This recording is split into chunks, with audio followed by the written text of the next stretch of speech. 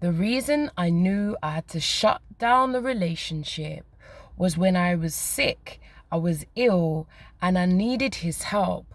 I needed him to assist me, to be sensitive to my needs. But when I was no longer strong and I needed him, I realized I had a vacant spot. Does that speak to you?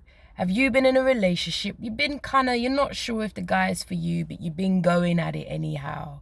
And then a situation occurs and you realize that person truly doesn't have your back. You may have been ill. It could be a conundrum, a scenario, family dilemmas that have gone down.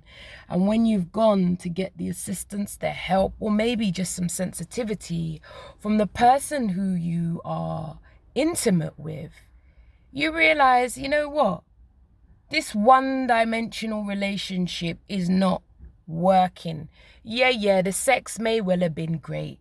He may well have rocked your boots off and you may have climaxed how many times. However, ladies, we need a little bit more than just the bedroom action.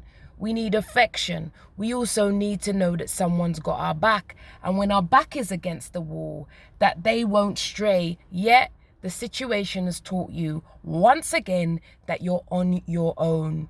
And if you're tired of being perpetually strong and you need someone to be a companion with, so they have your back and you have theirs, then it's time to consider starting to learn about what you've gone through. And the Feel Loved workshop has been designed for you because it takes the insights that I have gained over 20 years of working in public sector, helping people with their relationship dilemmas and a little sprinkle of my own experience to help you to understand the 6 factors that hinder our attempts at love. But also, if we can work on those factors, those are the factors that can guide us in the way of finding the love that we rightfully deserve. Will you join us? Is it time for change? Let me know. Click the links.